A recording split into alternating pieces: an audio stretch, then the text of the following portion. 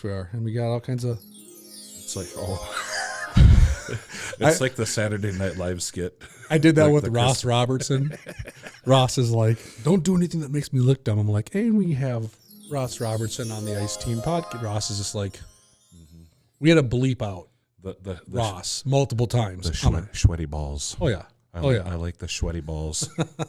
The best SNL skit ever. Oh, yeah. Oh, yeah. All right, another episode of the Ice Team podcast. A lot of you watching this or tuning in, you know who Mike Ferrell is. You've seen him on social media. You probably fished with him. He's been around the Clam family, the Ice Team family, for decades. Many Ice Team universities you've helped out with. Yeah. Tons of different. You worked inside these walls at one point. I mean, you've kind of been around the brand. You've been on the pro staff with Clam and Blackfish and all the different brands. Helped us get to where we are today. Call it what it is. Because of you. Thank you. Because of friends and networking. Well, friends, networking, fishing. Yeah. And zero shenanigans. Never. I had that memory come up the other day when we were at the fish? With the old boomer pose. Yeah. Oh, yeah. And it was a big northern you had in your office. Oh, yeah. That came up on my Facebook memories. I'm like, oh, yeah, office shenanigans. And then remember we used to put we all had our cubicles together over there. In Ironwood? And we used to put, paper in the back of Thane's Oh, hoodie. yeah. And he'd get so mad because he'd be on the phone. We had multiple pieces of candy in his hoodie at one point, too. Yes. And there was a time, and our listeners probably don't know, but when we transitioned from Medina to here, it was quite the transition. You were here during that phase. It was mad. It was tough, and we got it done, but there was a window of time where all of Clam employees worked at a little building over off of Ironwood Drive, not far from here. No. And we were sardines. It was a one-room, shack. Yeah. And we had these makeshift cubicles that I think we borrowed from... Wasn't Ingy working off a door? Yes. Yeah. Her desk was a door. Yeah. So our main customer service gals, they had their office, and then literally me, Thane, Mike Rates shared one whole desk in a corner. I was right next to you guys. And then you and Nick Chido were, but you guys were never there, so you had it pretty lucky. It was quite entertaining to hear all the conversations, and it gave me a sense of when you guys in customer service, when you're literally sitting there on the front line, and here I am right next to you now, listening to every conversation. I mean, I already appreciated our customer service at Clam immensely. Right. But holy cow, after that year, did I appreciate customer service even more, because I'm literally hearing all the conversations and everything your team had to deal with. Yeah. Not just daily, hourly, by minute, nonstop. And I'm looking at, I know Mark Sandquist runs our customer service now. I was just talking to Mark here this morning, and in the small amount of time I'm in there, just kind of having small talk, playing a little catch up, because I'm not here all the time anymore. I think I watched him take 6 phone calls, and I'm finally like, hey buddy, I'll come talk to you when I leave. Right. So shout out to the customer service for Clam and all the brands and partners we work with. Absolutely. I think customer service departments of fishing companies or any company get very, very little recognition. Definitely not enough. Yeah, and their marketing teams, sales teams, they get all the hype, all the attention. It's kind of like the fullbacks and the running backs and the quarterbacks. 100%. Customer service drives the bus. Is the old line. Yes. And man, without a good line in football, I don't care who you have. I don't care if you're AP in his prime. Jimmy Kleinsasser laid a block on the outside as a blocking tight end, and AP would run it in for a touchdown, and Jimmy would just jog back. Yeah. Okay, another day in the office. Right. And the cool thing about working in customer service, Matt, was, we got to see all the equipment come from R&D. Yep.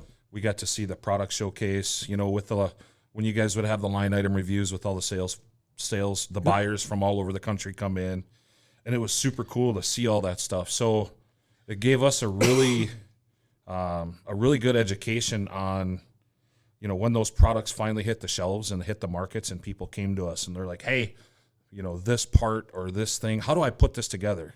Yep. There wasn't a lot of this doesn't work, this is crap. It was more customer knowledge, hey, how do I build this?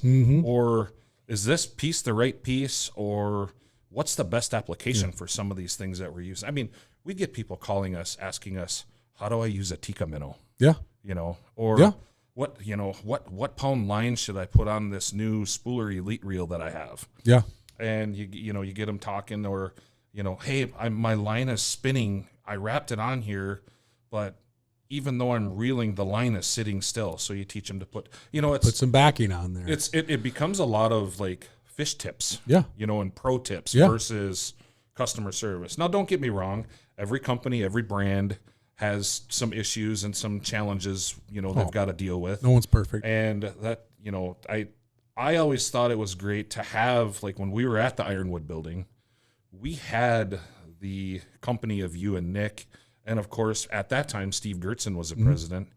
And everything was so hands-on. Like, at first I was nervous, like, oh my God, Nick and Matt are listening to what we're saying. Are we saying the right? But Thane was probably super nervous. Right. And I'm just like, dude, let's go. Let's go. Yeah. They're sitting next to us. They're proofing us. And you guys were kind of a no news is good news type of management team. And, we got nothing but kudos from you guys. I mean, we basically got thrown to the wolves. We got brought in the fall. You did. And they're like, here's your email queue. Did you start in October? Something like that. Yeah, it was like me, Mike, and time. Thane, like, boom, right now. I remember all that because I remember Carrie had moved on to a new job, and I think she's doing wonderful. I haven't talked to Carrie in a while. She was our CS manager. Yeah. I remember Steve came to me and is like, hey, I need some help in customer service. I don't need you to work it, answer phones, but I just need somebody to help, and we need to bring some people on. And I loved it because I'm like, we're going to bring on anglers.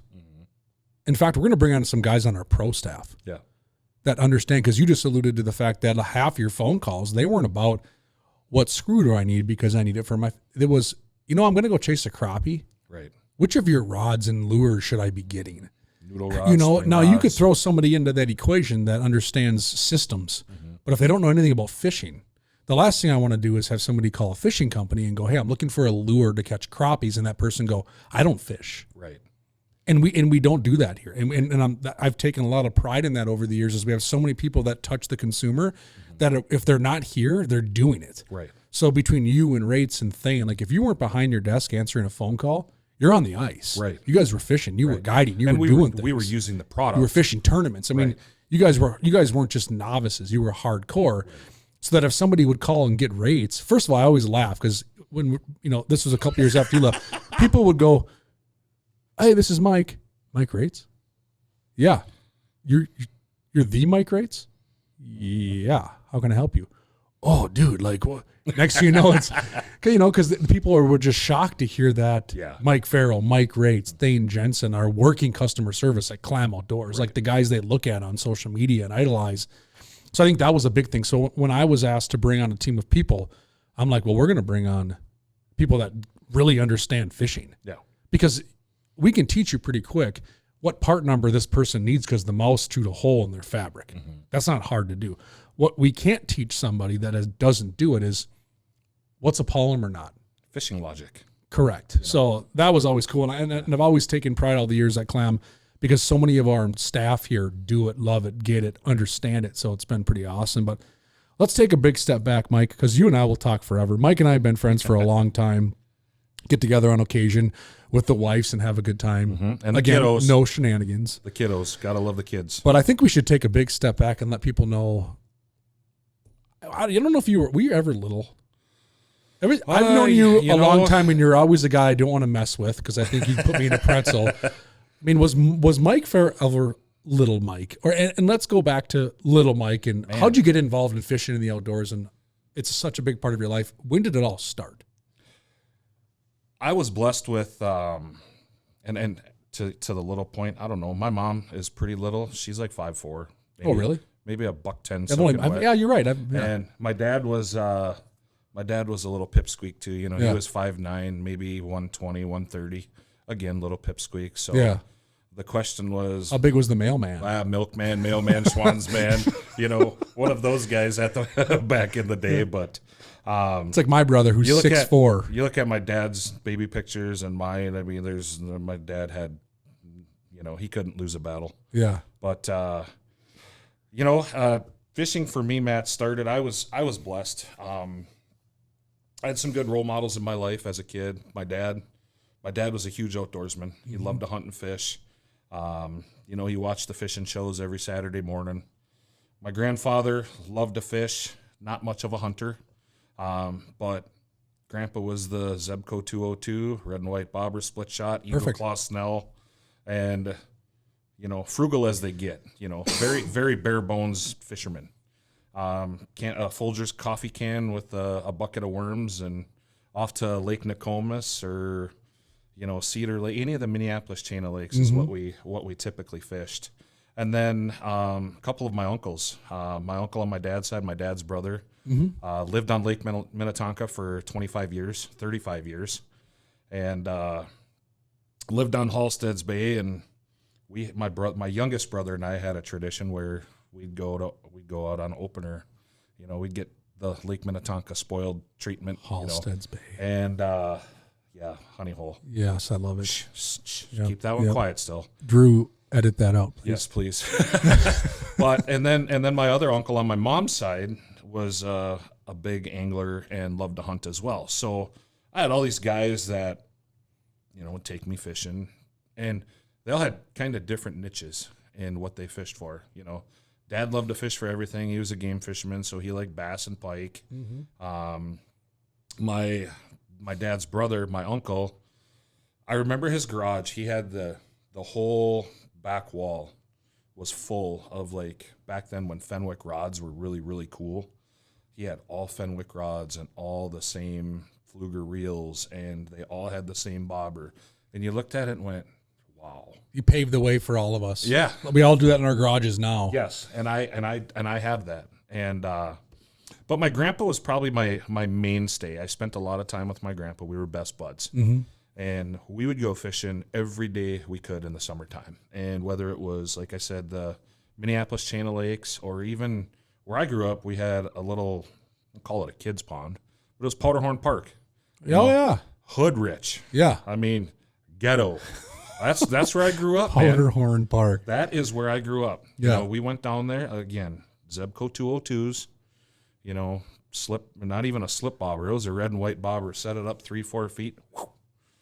Slingshot that thing out there. Never went to the bait shop. Never bought minnows. We'd make a stop at the corner store, and I always got an orange pop and a banana flip. You remember the banana flips? Oh, yeah. And a can of corn? Nope. Never bought a can of corn. Yeah. Ever. Grandma had it in the cupboard. We'd take it. Because there was gold fishing in Powderhorn Park back then. But I'll never forget, I caught my first 2 crappies out of that lake. And if I go back on Facebook, it comes up as a memory sometime. I was this little at one point, and I'm holding them on a stick, and they're respectable crappies for back then. I looked at them, I'm like, man, those are like 11-inch crappies. Yeah. Well, you probably couldn't buy one out of Powderhorn now, you know. Nor swim in it. So I got addicted to fishing. I was probably 5 or 6 years old in that picture. And then at 7, my grandparents brought me out to Washington State. They had a cottage out there, and either my grandma or my grandpa had family out there. Mm-hmm. And we went out there for 14 days. And we fished 14 out of the 14 days. We drove out at that. From Minnesota to Washington State. Yes, in a 1984 Chevy Monte Carlo. A 3-hour drive or 3-day drive. And I'll never forget, we got I loved fishing so much. And bless my grandpa's heart. We got to New Salem, North Dakota, and I remember there was this big statue of a cow, like a Holstein cow, black and white cow. And my grandparents never stayed at nice hotels. And now you look at them and go, man, how did I take my shoes off in those places? Because Grandpa's cheap. Yeah. But that's what you knew. But you knew, right? Well, we pulled into this motel late at night, evening. The sun was going down. It had rained all day long. Grandpa had enough driving. I mean, from here to New Salem, it's a haul. It's a good day. And New Salem, North Dakota, is that Dakota. Western? Yeah, central, western, kind of on the way out, because it was 94, if I remember right, it was 94 all the way. But this drainage ditch was plumb full of water. And we had our Zebco 202s rubber banded up in the trunk, and tackle box was there. And Grandpa, I want to fish.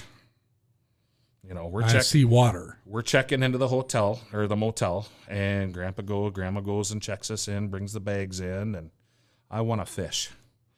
Michael, there's no fish in that lake. There's no fish there. And he, bless his heart, he put a rod together, and he took out You remember the old tin lawn chairs with the basket weave? Oh yeah. Oh yeah. Like would itch your legs if it Oh, had yeah. a little fray in it, and cut kind of hurt. cut the back of your thigh once in a while on the aluminum. on the rivets. Oh yeah. He sat in that chair and he let me cast bobbers and plastics, Mr. Twisters, until I was blue in the face. And I was devastated that I didn't catch a fish. And he, like I said, bless his heart, he knew there was no fish in there. But he let me. And, you know, I cried. I was bummed, 7 years old. You still cry when you don't catch Yeah, fish. absolutely. Why not? You know, it's painstaking. But Grandma bought me this, I'll never forget, she bought me this this like crayon pencil deal, and you could take it, and there was sections, and they were all different colors. Mm-hmm.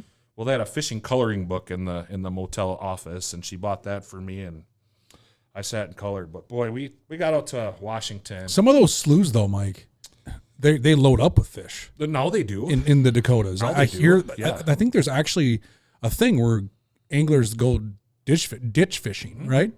When these sloughs and these ditches flood out, Well, you watch. I mean, you a look lot at of some the of fish these, are in there. Yeah, you look at some of the lakes that rise up, the unmeandered waters. Yeah. You know, they rise up and fish get into these drainage ditches. And, Yeah. So who knows? You might have been right, and maybe that day Could've they been. weren't there, and all of a sudden the next year you would have caught 20 walleyes. Maybe. All right, you're on your road to Washington State. Maybe I should go back. You should. I would love to see if you could remember where it was. Yeah, You but probably would. Yeah, the long short of it is we go out to Washington, and you know, again, it's bizarre that I remember this, but it impacted me so much as a kid. We went. There was a lake in town. My grandparents lived in Longview, Washington, and it's a mill town, wood. Okay. You know, big lumber companies everywhere.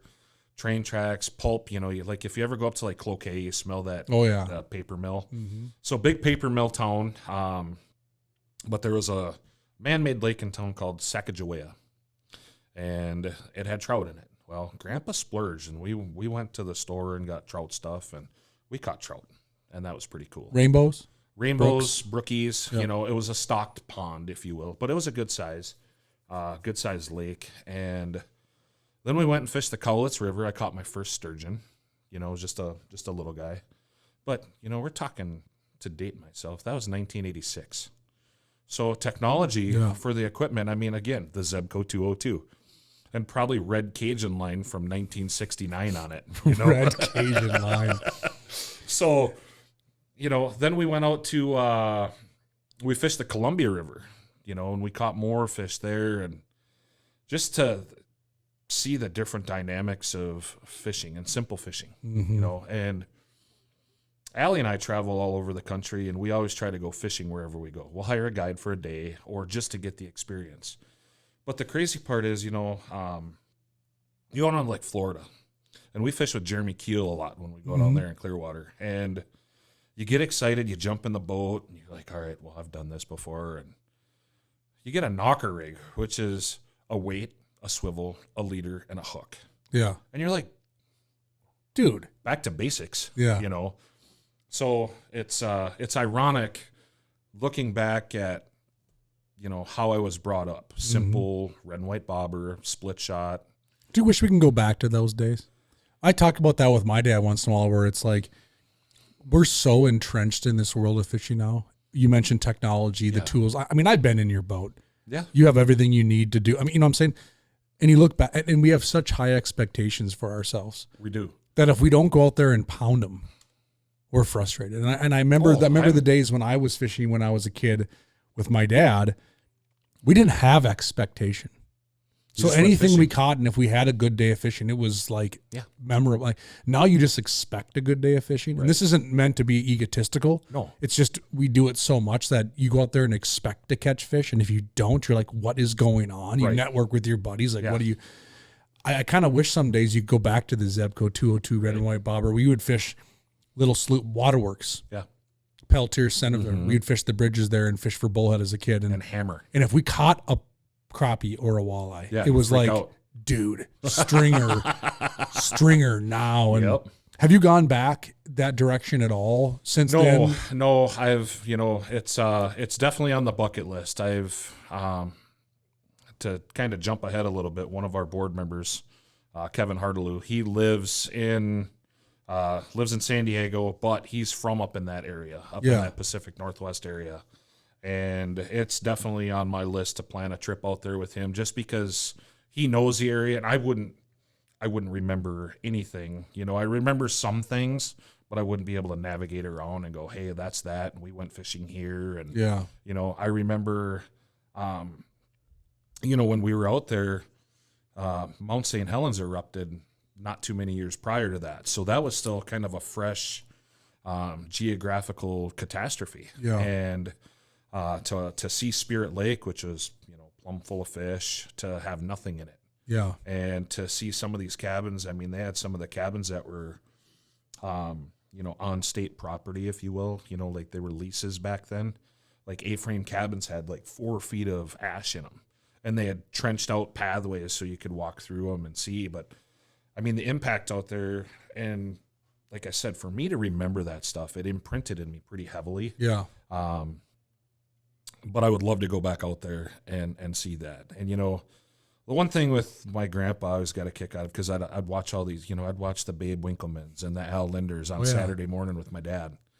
And then I'd go over to Grandpa's house because, you know, we grew up in poverty. And I knew my parents couldn't afford the Rapalas and the crankbaits and the spinnerbaits, you know, which were the cool things back then. You know, I remember when spinnerbaits came out, you're like, oh, what is that thing? It's like $5, you know.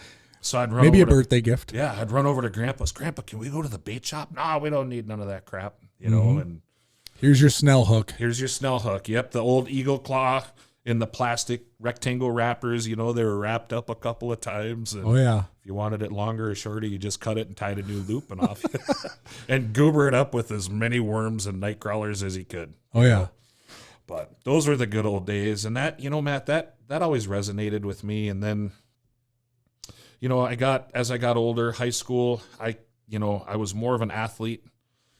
Played football, wrestled, played baseball. And my dad was at that point, because we had wrecked all of my dad's fishing equipment. You know, he had kind of... You and Joe? Well, me, Joe, and Jake. And Jake, Dad had all this fancy stuff, you know, and he worked really hard for it. And bless his soul, he had nice stuff. And yeah, you got 3 boys. Oh, I know. Hell's gonna break loose, you know. And we get creative, and we'd, you know, be pitching jigs in the backyard and dulling hooks, and, you know. So Dad kind of knew that, well, we couldn't wreck his guns because they were always locked up, and he kind of tracked more towards the bird hunting and deer hunting. Well, once I got a taste of that, I kind of gave up on fishing, and I became a hunting freak. Like, we had a place out in western Minnesota up by Lake Minnewaska in Glenwood, and my dad and my uncle duck hunted, pheasant hunted, and deer hunted, and we killed a lot of animals out there, and I loved it. I mean, I love the thrill, I love the hunt, and my dad was an amazing deer hunter, like outstanding. Killed big bucks, killed a ton of deer. And I got into that. And I'm like, I want to be like my dad. I'm going to think like deer. And then I started harvesting lots of deer and had... I like eating at your house. Yeah. I mean, I mean... Well, I like it because I don't hunt at all. I eat beef. I eat pork. And lots of chicken wings. And when I go to Moosey's house, I eat pheasant and grouse and bear and deer and moose and all kinds of stuff. And it's awesome. I think the wild game aspect of the harvest is so much better than what most people can go to a store and buy. Right. And when I first met you, I knew you as you were this hardcore hunter. You know, you came on, you were with Here's My Gear. Yep. And I think you were kind of like one of the hunting liaisons. Like you shot everything that moved. And I remember it was hunting is still a pretty foreign language to me. Like, I know enough to be dangerous. I can sit at a table with people and talk hunting, but I don't do it. Never claim to be good at it, whatever. But you and Thane and getting to know Boomer, like, I'm like, man, these guys are like hardcore. Like, Thane is like gobbling at turkeys in our parking lot. Like, I watched him at Thorn Brothers one time in the spring sale about cause a full-blown accident because he got the entire flock of turkeys all flushed to up. Come across Central Avenue, Highway 65. Oh, geez. During rush hour, because he's over there. They completely did a 90-degree, looked at us, and started coming across the highway to where we're like, dude, stop. You're going to cause a wreck. And he's just like, it's in my blood. That's the end for you. Yeah. So, man, hunting, I think Jack, my oldest, has expressed a little interest in possibly trying hunting. So, like, I didn't grow up hunting. Yeah. My dad didn't grow up hunting. The only person I'm aware of in any of my extended family that hunt is my Uncle Kenny, who you've met, who's in a wheelchair, and he hunts harder than anyone I've met. And he took my brother hunting. He took me fishing. So he said, okay, who wants to hunt, who wants to fish, was kind of how he loosely put it, because I'm not taking you both anywhere together. Right. Because we were little SHITs when we were in the same room. So he's like, well, I'm like, well, I want to fish. And Ryan's like, I don't want to fish. I'll go hunting. So he'd take Ryan deer hunting every year. He'd take me fishing. Yeah. So. And it's a horse apiece. Yeah. Know? But what do you like the most now? You know, for me. Or is that impossible to. If I had to do one outdoor activity, it'd be deer hunting. Yeah.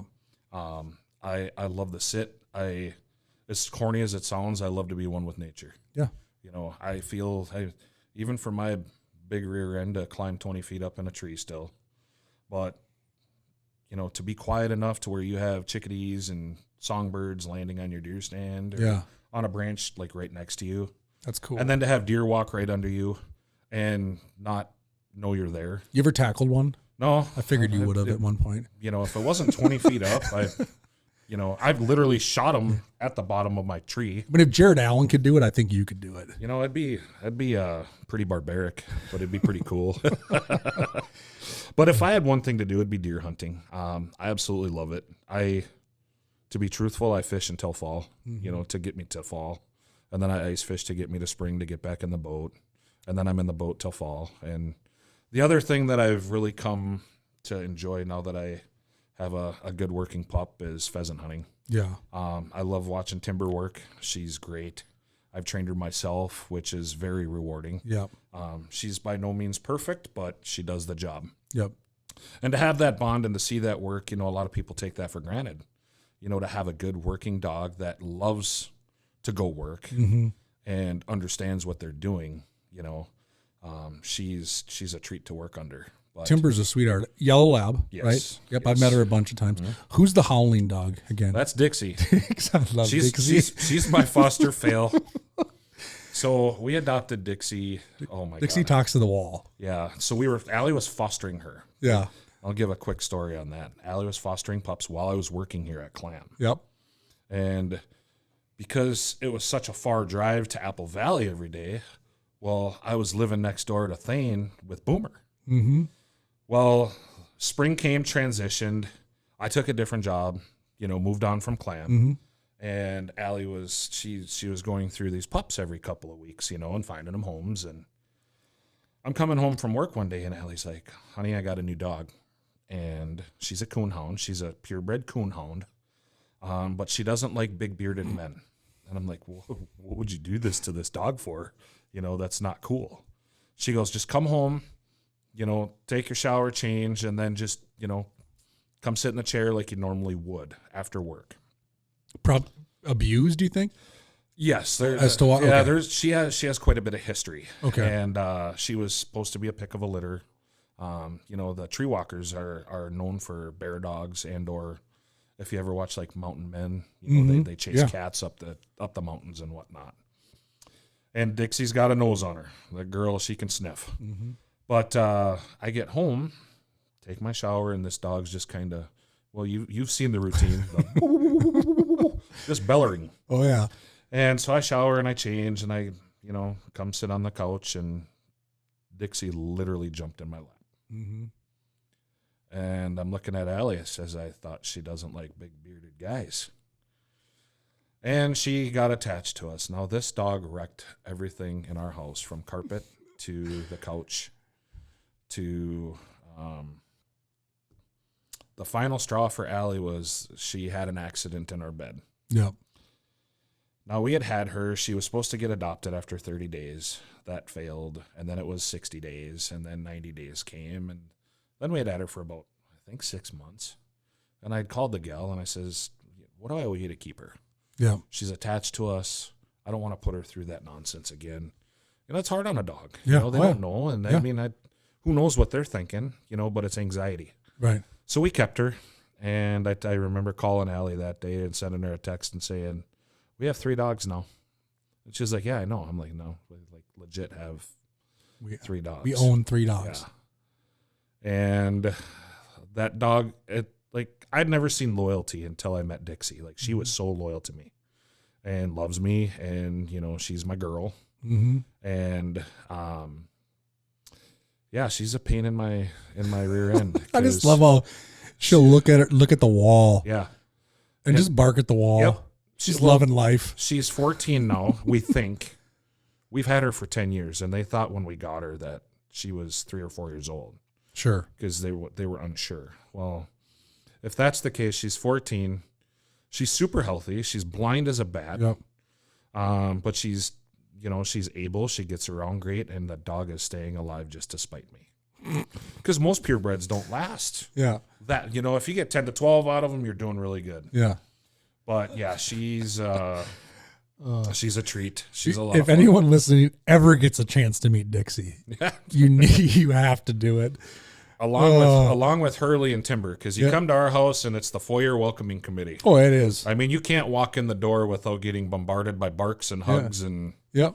Dogs and Mike and Allie, I get it all. I mean, it's awesome. I give up now. When people come over, I'm just like, come in, and the dogs go nuts for about 8 or 9 minutes. Everybody kind of it takes everyone about 5 minutes to actually walk up our stairs. Mm-hmm. And then the dogs still kind of go through their thing, and they move But that's on. your part of your family. It is. Like that. It is. I don't think you don't want to change that. That's kind of. And my kids have been to your house and they love it. Yeah, it's controlled They chaos. think it's the coolest thing in the world. Like they get to come in and you and Allie get a high 20 minutes after they've been there. Mm-hmm. The dogs get all the attention for a few minutes and goof off and run around and this and that and. Oh, hey, Allie. And we're just wasting our breath telling them to stop barking. And now it's like, all right. Yeah. It's a part of our house. Dogs are all, I made this comment the other day because we have some dogs and humans in some way, shape or form, how did we deserve them? We don't. You know what I mean? Like don't. I mean, you look at I oftentimes think we don't deserve dogs and some people take it for granted. Some people are they're probably some of the most gentle creatures on this planet. Yeah, we definitely don't. We had our golden Titan. You met Titan. Oh yeah. And my oldest daughter, Megan, that her and him were inseparable. Mm-hmm. And when we had to put him down at 12, tough. When you have to play God and you sit back and look at the 12 years he had that dog and what that dog did for us, you try to give him the best life you possibly can. Right. And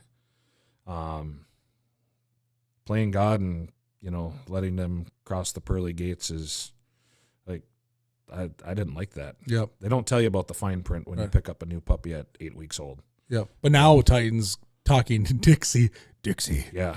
Hey. Torment Dad. Get him. Keep after him. Well, I suppose we got a lot.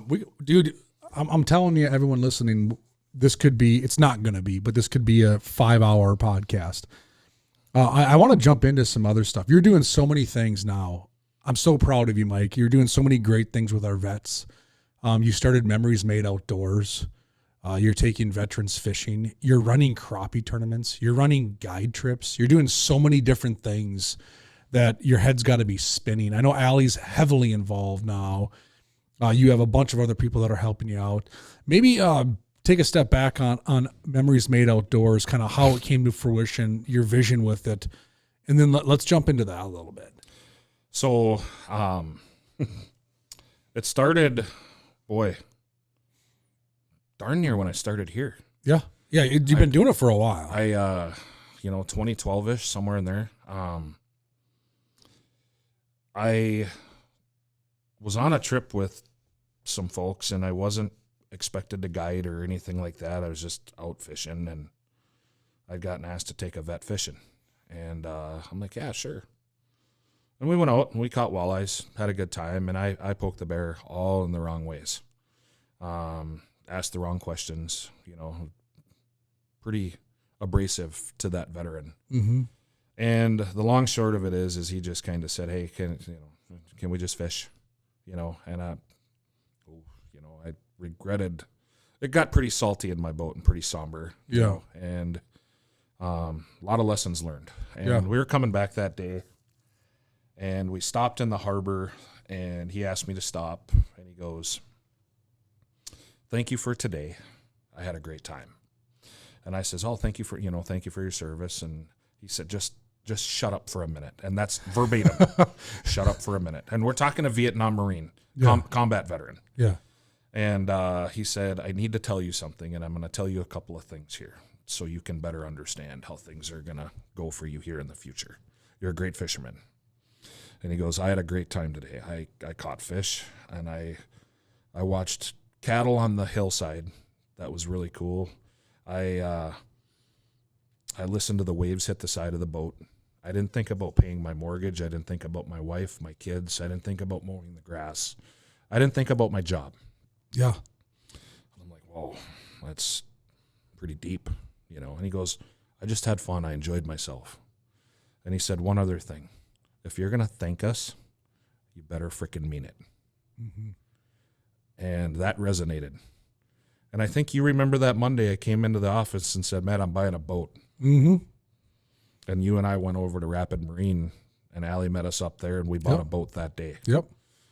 And then what happened is I got addicted to, there's, I'll get into this a little bit more, but a true statement is the market is flooded with organizations similar to Memories Made Outdoors. There's a lot of them, which is very good. Right.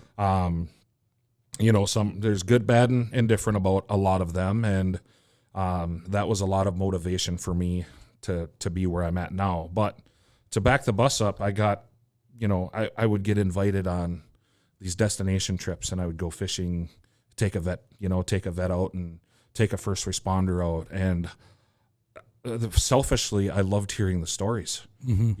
It was a history lesson. Oh yeah. These men and women went on, and signed the dotted line so we could go fishing. Right. And that hit home to me, and I wanted to give back. And what I had learned is, man, I got a boat and I got fishing rods. I know how to catch fish, and it helps these guys and gals. And they've done something I can't comprehend. And a lot of us can't. A lot of us civilians will never understand the hell they've been through. Right. And what they continue to go through now that they're home.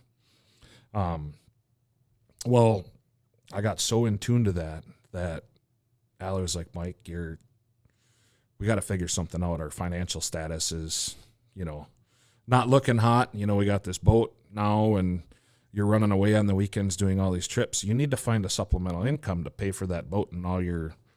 She goes, "I love what you're doing. Yeah.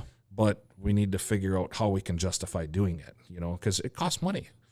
And isn't it funny how our wives or girlfriends are voices of reason well, more often than not? And thank God, because I would have fished myself right into bankruptcy, probably lost my boat, lost my truck, or lost our boat, lost our trucks, and been homeless because I have a couch. You would have been fine. The downfall I have is I would have just kept doing it and not cared, about me, because I'm helping other people. And so I started Memories Made Guide Service in 2014. Mm-hmm. And I'm like, hey, I can do this. Well, what you may not know about me, Matt, is I spent 9 days on Lake Minnetonka before I said, yeah, I'm going to do this. Oh, I thought you were going to say you had like a third nipple or something. No. Okay. No, that's the whole Big Island story. We'll get to that another time. That's for another podcast. But anyways, I'm like, if I'm going to be a guide, I got to be able to catch walleyes in the metro here. Mm-hmm. That's a big to do. Oh yeah. And I went out for 9 days. I didn't catch one walleye in Minnetonka. All right, 9 days, no walleyes. 9 days, no walleyes. And I'm like, but a pile of bass probably, and pike, and all kinds of other fun I stuff. could catch anything else. Well, Perry Good happened to be at Fletcher's. A bunch of us were there. And I went up to Perry, and I'm like, Perry. And everybody knows Perry's a pro walleye angler, and great guy. Perry Good. Mm-hmm. And Perry's awesome. Yeah, great guy. And I'm like, Perry, I can't catch walleyes out here. What's a guy got to do? And he goes, quit walleye fishing. I'm like, What? He goes, yeah. You ever heard of a jigworm? And that's the first time I ever heard the term jigworm. He goes, quarter ounce jig, doesn't matter what kind. Put a, 7-inch worm on it. Go out and flip the weeds. I'm like, nah.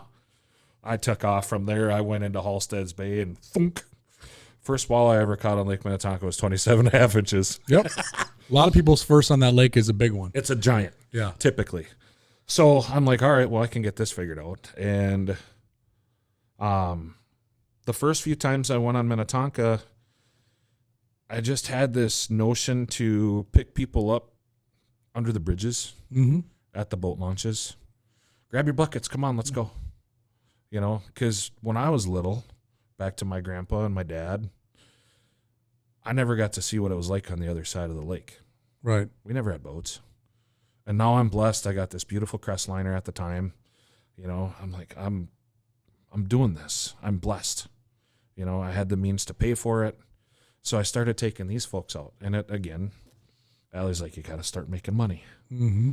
Well, isn't it funny how when we're on land, we cast as far as we can out to go fishing. When we're in a boat, we go flip the dock to the person standing on. Yeah. Yeah. I always think that's funny. Or even still, you go to a resort, where do you go? Across the lake. Mm-hmm. And the fish are right in front of you. Right. Always. Yeah. It's the adventure. Yeah. Like Sam Sobey, let the adventure begin. Oh, absolutely. It's 100%. You're not always there to fish, right? So the long short of it is I took a lot of these folks fishing and just gave them an experience. But a part of that, me too, Matt, was learning how to, I could go out and fish, you could go out and fish, but how do you teach in the boat? How do you react with people, and how do you converse with them and get excited when they catch a 6.5-inch sunfish, or a 2-pound pike, or a 2-pound pike, or a 12.5-inch bass. You got to get some excitement going now, and you're going to get clients that they know better, right? And those are clients you're honest with, like, hey, the bite's tough, but we're gonna grind, and that's a big difference between a guide that just goes out and we're gonna go through the motions, or a guide that really works hard, right? And your clients can see that you're putting in the effort. But, started guiding, started picking up clients. I worked for Greg Schrader for a season, and I think I did like 98 trips that year. I was too shy of 100, but I was so beat up. Do you see the walleye Greg caught? Yes. Over the weekend? Yeah, giant. Woo, big in on Tonka. But Greg was great for me. I learned a ton.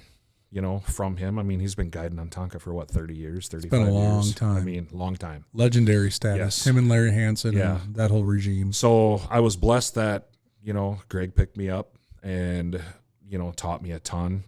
And Minnetonka hosts some of the best anglers as far as guides. I mean, you guide out there. I learned a ton from you. And then the other big thing is you do these corporate trips, and you learn so much from other guys that aren't necessarily guides. They're just, I'll call them pro anglers. Yeah. And they know how to fish. And I'm a very observant person. I'll go and, when we're walking around Fletcher's and whatnot, I'll look in their boat, I'll see what they got tied up. Oh yeah. And you pay attention to stuff like that. And, it makes you a better person. Well, year 3 came and it skyrocketed for me. I mean, it took off. I mean, I was I would come home on Sunday and just, here you go, honey, pay bills. Yeah. No worries. Pay the boat payment for the whole year. Here you go. And it was fantastic. Well, at that time, I had gotten involved pretty heavily with another veteran-based organization, and their niche was they traveled to Canada and brought vets and first responders up to Canada. Yeah. And it was outstanding. So I did my first trip up there. The guy come on up here. You got to really see. And I had been kind of jaded from a couple of organizations that I didn't feel were a good fit for me. Mm-hmm. And I was really struggling because one thing that Allie and I always talked about was not having an organization, because I had this mindset, well, I don't want to go raise, or fundraise and get sponsors and things like that, and then have a board of directors tell me that I can't take these men and women fishing because I had a plan, right? Sure. So you get handcuffed. So that's why another part of the reason we started the guide service, because then we could take the money we made and then we'd have the capital to bring these men and women fishing on our own. Yeah. So, I go to Canada on this first trip, and I'm like, and it's Lake of the Woods, Sioux Narrows. Love it. And great area. I'm driving through Canada, and I'm already overwhelmed, overstimulated, overwhelmed. I call it anxious. And I'm like, all right, well, this should be pretty cool. And we go out fishing. The first day we go like 55 miles. I mean, we're closer to the angle than we are to our resort at this point. And I'm like, oh, and the fishing was outstanding. I mean, it was literally every drop, walleye. It was 100 walleyes a day per boat. They're good. They're your eater size, 18 to 22 inch, like healthy fish. And then every now and again you pop a biggin. Mm-hmm.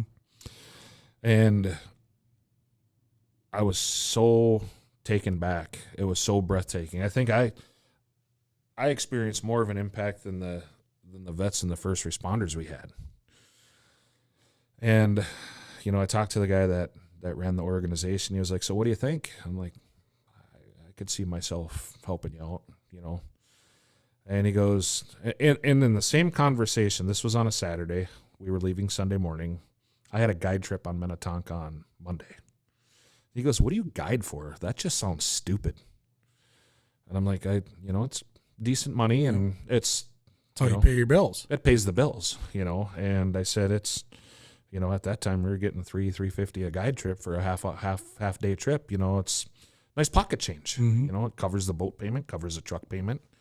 And he goes, "Yeah, that's just, you should do this more." And I'm like, "Oh, it's crossing my mind."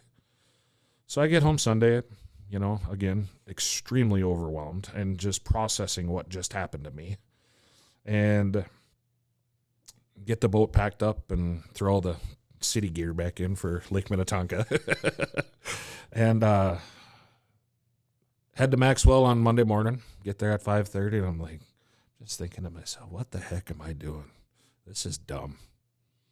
I love guiding, don't get me wrong, but this is dumb. It's not where your heart was at. Not anymore. Yeah. It was crazy how 1 week evolved me and just completely transitioned me, because I'd found a fit, and that particular mission that organization was running was outstanding. And I fit in. I did 5 years with that organization. And as I was with them, I wanted the opportunity to grow. And you've known me a long time. Like, I shoot for the stars. Yeah. I want the best. I'm very detail oriented. And this is just my humble opinion, but I think our military and first responders deserve the best. Mm-hmm. And I had a niche, or not a niche, but I had a vision of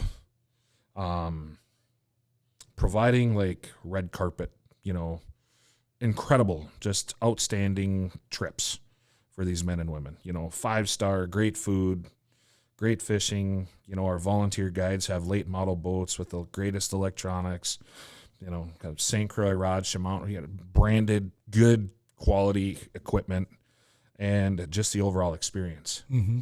But then in that same aspect, not taking 20, 30, 40 people out at the same time. We dumbed it way down to like 8 or 10 people per trip. So that was part of my motivation for starting Memories Made Outdoors, and finding destination trips that, where some of these resorts want to work with us and, showcase really what we're doing. I think you've done it. We're there. I mean, I follow you guys. Yeah. I mean, you've accomplished all that. Yeah. And it's fun to watch, because you get all these guys and gals out fishing.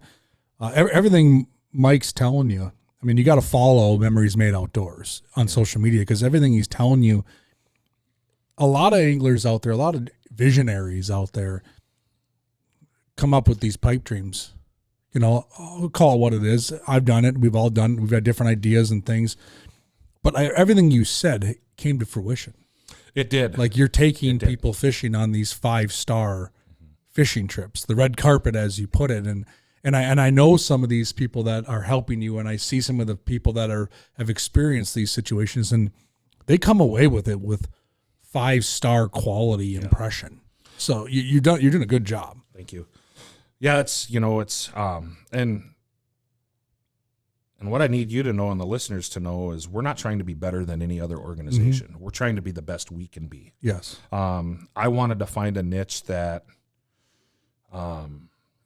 we could provide, whether it's ice fishing or open water fishing. And at some point we'll get into a cast and blast type situation where if we have the means to do like a pheasant hunt and a fish together, one of those type of things.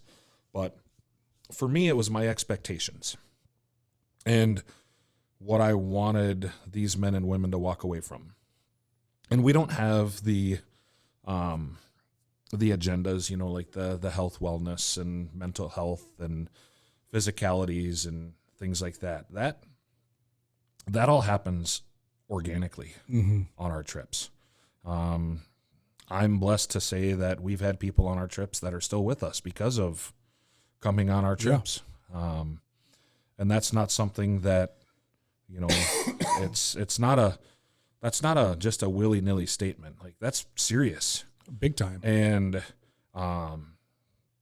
when that happens, like, for a lot of us, the day-to-day when we're on our trips, whether it's in Ely or we're up at Lake of the Woods or out in Otter Tail County somewhere out by Detroit Lakes, and you're just out fishing with a couple of good old boys or some gals that served, and whether they're on the fire department or they were combat veterans or they're police officers, you don't know what's going through their head. Right. A lot of people just think, oh, firefighter, well, they just put fires out. Well, you don't know what they've seen or what they've been through. And yeah, like my buddy's dad said on an interview once, he goes, a firefighter is never called upon for a good situation. Never. Mm-hmm. They're meeting a person at their absolute worst moment in their life. Possibly. Most likely. We can't comprehend that. Right. Unless we're the victim, and those people are all there. The same with law enforcement. I mean, law enforcement, it's either crime or they're a first responder to something. And if it's crime, well, they're putting themselves in jeopardy. What are they getting into? And if it's a first responder situation, well, it could be an accident, could be a fire, and or they could be on a criminal case where there's a victim that's, just says they got a gunshot, and they're the first ones on the scene. So there's a lot of things that happen. I mean, we all know Mark Stevens, a great friend of ours. Mark was on the fire department for many years in Harris. Mm-hmm. And I know he has shared, some very, not graphic, but, stories, that I-35 corridor up by us where we live, it's has a lot of accidents on it. And Mark has been involved with a lot of the cleanup on them. So, and for a guy like Mark to open up and not, give 100% detail, but just to enlighten us, like, hey, this does happen. Yeah. It's a big deal. I watched Mark go into action one time. We talked about Thorne Brothers and their spring sales, and we were doing a ice fishing modification event in September years ago. And there was an accident on Highway 65 with a motorcycle and a kid, I remember. And Mark ran. He was out there. He sprinted. He saw it, and he didn't ask questions. He didn't point. He was on full tilt, and I think he was the one that had the person's head on his lap for a period of time until ambulance showed up. And voice of reason, because when things like that happen, reason kind of goes out the window. It does. And he was kind of there like, don't move, don't do this, don't do that, just listen, like, we're going to be okay. And I don't remember exactly how everything unfolded. I don't believe anyone passed away. I believe there were some pretty substantial injuries, but you look at that situation, it's like, God bless him. Mm-hmm. Courage. Zero. I mean, there was no like, should I be there? It was, didn't think twice. Where'd Mark go? Yep. So I remember that vividly with Mark, but memories made outdoors, dude. Awesome. If you're listening and you're not following it, you're not supporting it, or there's ways you think you can be involved, you definitely should reach out to Mike and Allie. You can find them on the social media platforms. I think we should talk a little bit about the crappie tournament, because I know you got a lot cooking. I know it's taken over a lot of your life. You can punch me across the table right now for bringing it up. But you've run a very successful crappie tournament on Minnetonka for several years. We have. Some of the biggest names in our region, the Crappie Chronicles. I mean, you name it, the Clayton Ketterings, the Ryan Hillas, the Shane Gastons. I mean, these guys come out, they show out. Yeah. Paul Gazzoni, Sam Sobey. I mean, they're coming out and fishing on Lake Minnetonka. Yeah. 10 biggest, right? 10 biggest. 10 biggest crappies. They come in. It's a big deal. Yeah, we've been running this since 2017, and when Allie and I started it,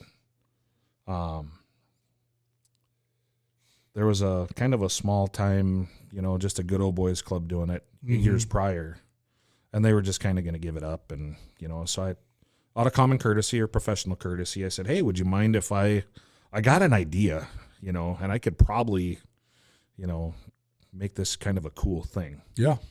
And the first year we did it in 2017, I think we did 20 boats. It was like a $40 entry fee, maybe $75. I don't remember.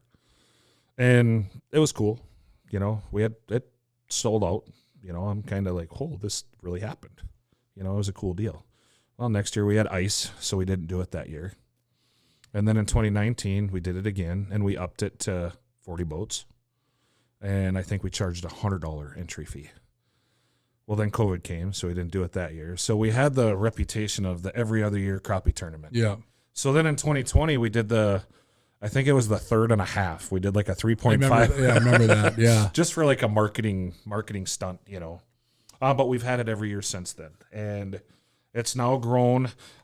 We evolved it into a family-friendly event for the last 4 years. And people could come with their pontoons and bring their kids. And it was the same entry fee because in our opinion, like say you get a bunch of hammers and you're all in a pontoon. You bring in 10 fish, well, you got to split the prize, with how many ever guys are in a boat. Mm-hmm. Is there an advantage? Well, maybe, but the prize money is getting split up, right? But if you take a Clayton, they're not getting any more money. Right. But if you take a Clayton and a Ryan and you put two guys in a boat and they go out and hammer, well, they're only splitting it two ways, right? Mm-hmm. So that was kind of our thing. And more importantly, Matt, we wanted the kids to get involved. We wanted families to come out. And while there was a competition, there was a sense of competition. It went back to the UPL days where it was camaraderie, and hey, this is what I'm doing. Come over and fish by us. They're biting right here type of thing. Yeah. So it's been successful. We've ran 50 boats now every year. Permit sake. It keeps us right at that threshold. Yep. And that's a manageable number. Yeah, it's it's good. From your perspective. I mean, we'd fill up Lord Fletcher's. I mean, last year we had 150 people walking around inside trying to eat food. We had our raffle going, and originally when we did it, Matt, it was a fundraiser, and Allie and I, this was ours at the time. It was Allie's and mine. We ran this thing, and we would donate money to organizations like Take a Vet Fish, Fishing with Vets, Jeremy Colson's organization, and Future Anglers of Minnesota. We'd give them some money. And it was a way for us to give back because at that point we didn't really have an organization we were tied in with. Sure. And then last year when we founded Memories Made Outdoors, we're like, hey, Allie and I will gift this tournament to the organization. It's a great fundraiser for us, and it generates a good chunk of revenue. Well, we'll fast forward to last year. We were at the Northwest Sports Show, and sports show's in March, and we had started hearing some talks about the crappie contest being dissolved, and that crappie contest has been going on for 50 plus years. Mm-hmm. And a lot of people were bummed out about it. And, I'm like, well, we got our contest. Maybe we'll capitalize on that and we'll get a few more anglers.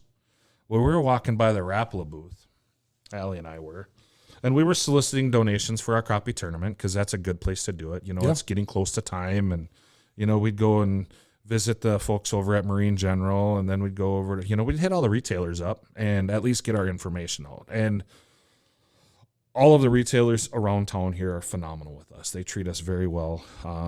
They give us great recognition, and we have great partnerships with them. So thank all of them for supporting us. But I distinctly remember being at the Rapala booth, and PJ McDeed was working there. He was representing Rapala. Mm-hmm. Well, Mike, the crappie contest isn't happening no more, and you and Allie run a really good tournament. You should do the crappie contest too. And Allie, I'll never forget, looks at me and says, absolutely not. Don't you even think about it. You already made up your mind. Well, the wheels were turning. And my head was spinning. And no, we had only been at the Northwest Sports Show for about an hour. And I was a puddle the rest of the day. Like, I couldn't focus on anything. What about if we do this? We could do this, and we could do this, and we could bring this brand in. Allie knew. And she was like, you're killing me. And I'm like, no, Allie, here's the deal. So the thought was, we'll take the crappie tournament, which we've been doing for many years. We'll make that competitive again. And I mean, just knock down, drag out. You're going to come in the morning. We'll go through the rules meeting. You're going to go fish. We're going to weigh them in. We'll hand out the awards. Off you go. Straight up competition. No lunch anymore. No raffle. No raffle. Yeah, just makes sense. Yeah. Straight up tournament. Yeah. And then let's take this crappie contest. Make it, as it was, the family friendly. Everybody shows up, has a great time. We can have our raffle there. And, let's make it kid friendly. Give rods away. That was my first thought. Like, how can we give a rod away to every kid that comes? Yeah. I called Paul Gazzoni and Tony Dahlberg and Jay Kuchenmeister, and I'm like, boys, we need this. There's a good opportunity. Yeah. You guys want to sponsor this? Let's partner up. And they're like, oh, that's a fantastic idea. So that was kind of the wheels are turning, now let's grease them. Yeah. And then we got blessings from everybody that used to be involved with it.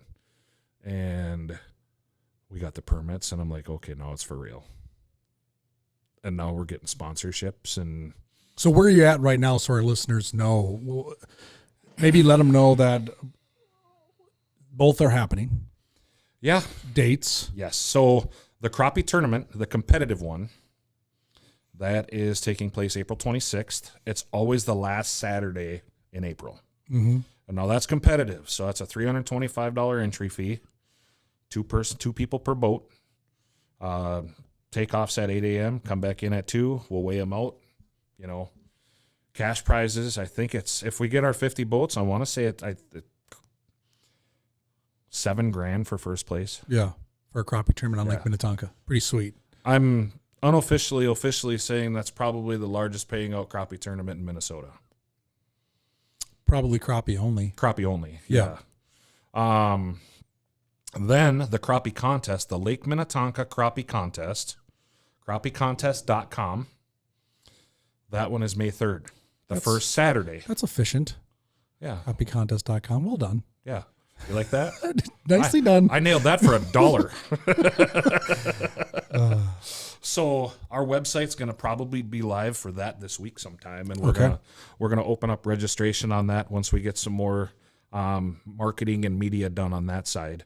So we're getting into some final steps. We're still, I wouldn't say we're in our infant planning stages because it's ready to go, but we're just getting that. And the date on that? May 3rd. May 3rd. The so first back to back weekends. Yeah, the first Saturday in May for that one. And you can't fish walleyes, bass, and pike yet in Minnesota. So your opportunities those 2 weekends leading up to opener is to get on Minnetonka. Gives everybody a great opportunity to get out, get the boat, stretch the boat out a little bit.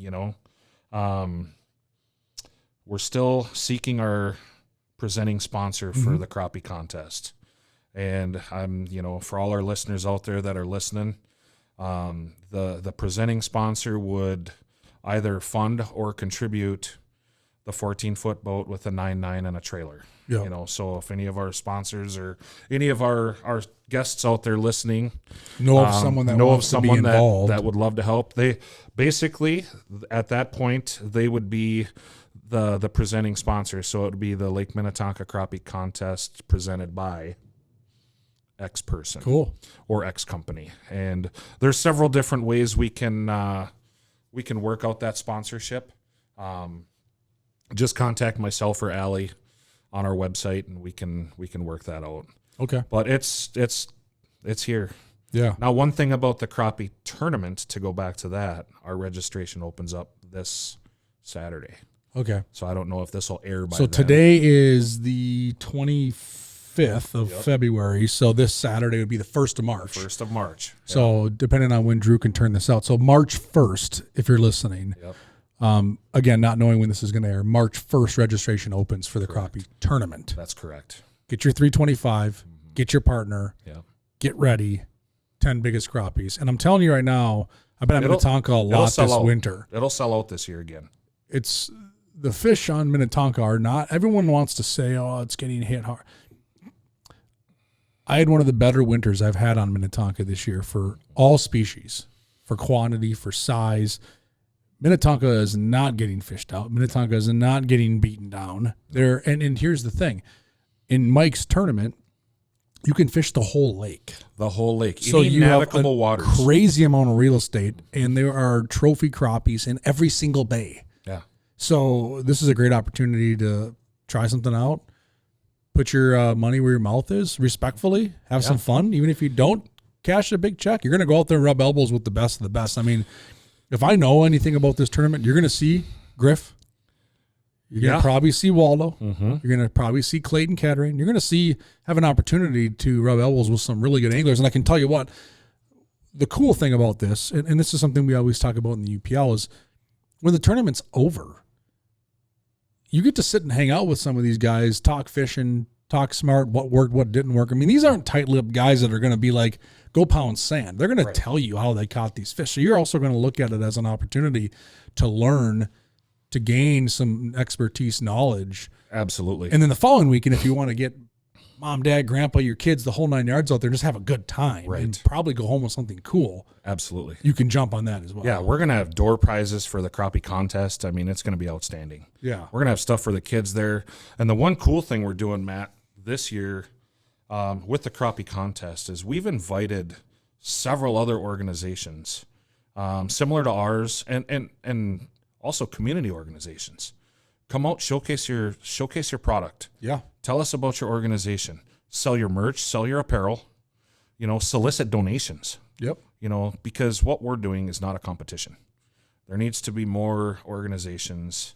Create a community, culture out there. It's all about community. Yeah.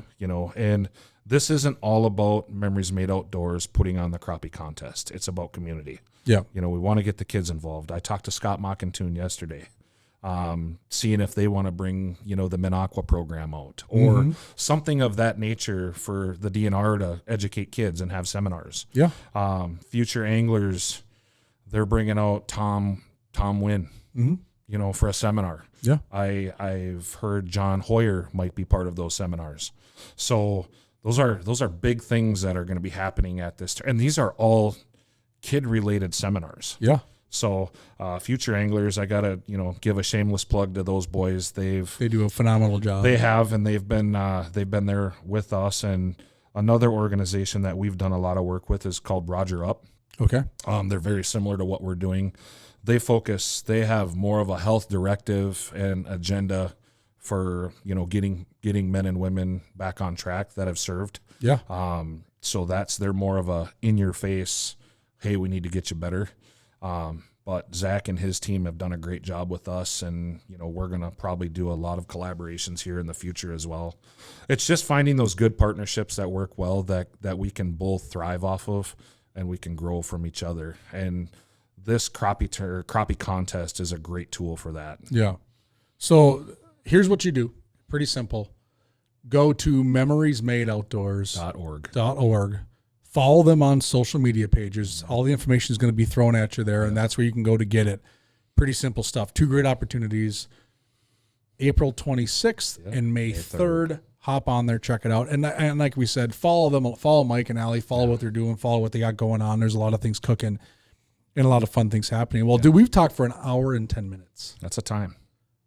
Any final send-off that you want to give to people? Man, first of all, thank you for having me in today. And this has been really cool. I've watched a ton of the Ice Team episodes. We were talking about before we turned the camera on. Most people listen, and I'm a watcher. I like watching it. but it's really cool to come in and do this. I haven't done many podcasts, so little rough around the edges, but you did a great job, dude. Humbly speaking, I'm very thankful for everyone that does follow us, that has believed in me over the last 10 years. I thought it was going to be extremely easy. I'm going to start my own organization. Mm-hmm. We celebrated 1 year last month. Yep. And I will tell you, when you're doing things right, it's a lot of work. Yep. It's hard work. And I've got a great team behind me that helps me, and they do phenomenal. You know, I couldn't do it without them. And of course, my better half. Oh yeah. Everybody knows that. Oh yeah. So she keeps me in line and she keeps me checked down, and but I'm very blessed. And I like I said, I thank everyone for believing in me and supporting me. It's been a ride, and it's going to keep on going. Heck yeah. So Memories Made Outdoors, follow them and everything that they got going on. Moosey, love you, man. Brother. Thanks Appreciate for coming you. out. Yeah, and absolutely. Tune in. Well, I'm excited. Well, you're gonna better see who wins. So if anything, and you can't compete in any of these events, and you are maybe 7 states over, follow along on social media, because you go live. We'll be live. Yeah, for the we'll go weigh-in live of for the the weigh-in tournament for too. the crappie tournament, and then we'll be going live throughout the crappie contest as well. We got some cool MCs coming out. Yep. Lots of door prizes going to be given away. Like I said, every kid that's going to fish that crappie contest is going to get a rod. So, and it's free. I love it. So, absolutely. Right. Well, there you go. Another episode of the Ice Team Podcast, the one and only Mike Ferrell. Make sure you check out Memories Made Outdoors and everything they got going on. And then the like I said, the crappie contest, the Lake Minnetonka crappie contest is crappiecontest.com. Yep. And then we have a Facebook page that's called Lake Minnetonka Crappie Contest. I would follow and subscribe to all of that stuff. Thank you. You got it. Thanks, everybody.